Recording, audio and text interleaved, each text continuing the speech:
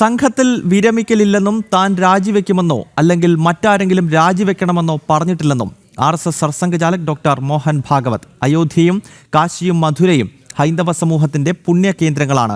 കാശിയും മധുരയും പൂർണ്ണമായി വീണ്ടെടുക്കാനുള്ള പ്രവർത്തനങ്ങളിൽ സ്വയം സേവകർക്ക് പങ്കെടുക്കാമെന്നും RSS നേരിട്ട് നേതൃത്വം നൽകില്ലെന്നും മോഹൻ ഭാഗവത് വ്യക്തമാക്കി.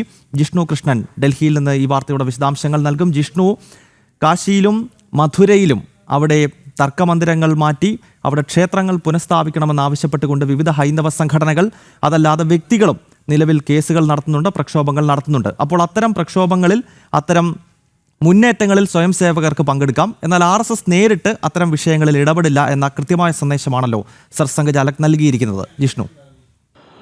ഗൗതം, RSSന്റെ ശതാബ്ദി അവസരത്തിൽ ഡൽഹിയിൽ നടത്തിയിട്ടുള്ള പ്രഭാഷണ പരമ്പരകൾക്കൊടുവിൽ വിവിധ ചോദ്യങ്ങൾ ഉയർന്നിരുന്നു. അതിന് മറുപടി നൽകവെയാണ് ഈ വിഷയത്തിലും സർസംഘചാലക് ഡോക്ടർ മോഹൻ ഭഗവത് നിലപാട് വ്യക്തമാക്കിയത്. അയോധ്യയും കാശിയും മധുരയും ഹൈന്ദവരുടെ പുണ്യകേന്ദ്രങ്ങളാണ്. അത് വീണ്ടെടുക്കണം, അത് ഹൈന്ദവ സമൂഹത്തിന്റെ ആഗ്രഹമാണ്. രാമജന്മഭൂമി വീണ്ടെടുക്കുന്നതിനായി RSS നേരിട്ട് പ്രവർത്തനങ്ങൾക്ക് നേതൃത്വം നൽകി. അതിന്റെ വിജയം കാണുന്നതുവരെ RSS ആ പ്രവർത്തനങ്ങൾക്ക് നേതൃത്വം നൽകിയിരുന്നു.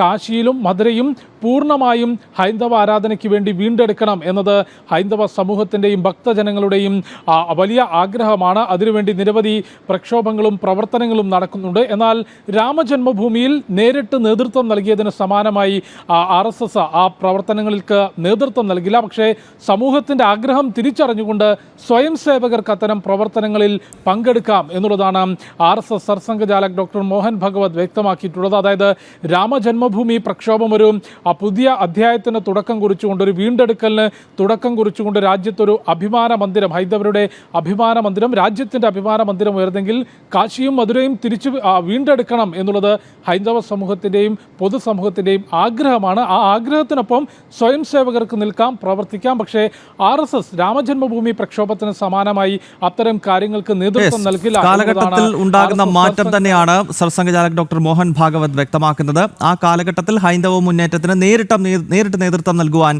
രാഷ്ട്രീയ സ്വയം സേവക സംഘവും വിശ്വ ഹിന്ദു പരിഷത്തും ഒക്കെ ഉണ്ടായിരുന്നു. എന്നാൽ ഇപ്പോൾ സാഹചര്യം മാറിയിരിക്കുന്നു. അതിനാൽ സ്വയം സേവകർക്ക് അത്തരം മുന്നേറ്റങ്ങളുടെ ഭാഗമാകാം, എന്നാൽ RSS നേരിട്ട് അതിലേക്ക് ഇറങ്ങില്ല എന്ന സന്ദേശമാണ് സംവാദ പരമ്പരയിൽ രാഷ്ട്രീയ സ്വയം സേവക സംഘത്തിന്റെ സർസംഘചാലക് ഡോക്ടർ മോഹൻ ഭാഗവത് വ്യക്തമാക്കിയത്.